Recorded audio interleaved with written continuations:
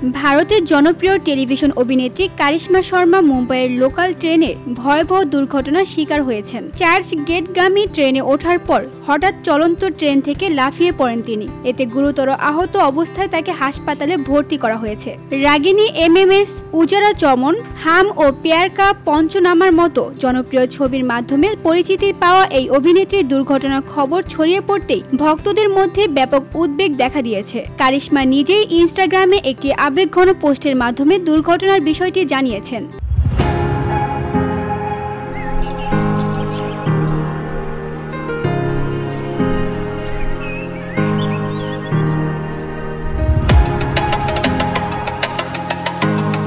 তিনি লিখেছেন, শুটিংয়ের জন্য চার্চ গেটে যাচ্ছিলাম। শাড়ি পরে ট্রেন ধরতে গিয়ে সমস্যায় পড়ি। ট্রেনে ওঠার সঙ্গে সঙ্গেই গতি বেড়ে যায়। হঠাৎ দেখি আমার বন্ধুরা ট্রেনে উঠতে পারেনি। আতঙ্কে আমি চলন্ত ট্রেন থেকে লাফ দেই। দুর্ভাগ্যবশত পড়ে গিয়ে মাথায় গুরুতর আঘাত লাগে। অভিনেত্রী জানান, তার শরীরের বিভিন্ন অংশে আঘাত লেগেছে। তিনি আরও লেখেন, আমার পিঠে প্রচন্ড ব্যথা, মাথায় ফোলা এবং শরীরে আঘাতের চিহ্ন রয়েছে। ডাক্তাররা এমআরআই করার পরামর্শ দিয়েছেন এবং মাথার আঘাত গুরুতর কিনা তা পর্যবেক্ষণের জন্য একদিন হাসপাতালে থাকতে হবে।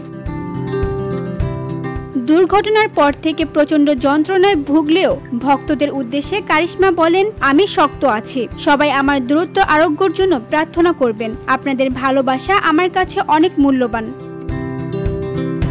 ভিওনি বাংলা নিউজ ডেস্ক।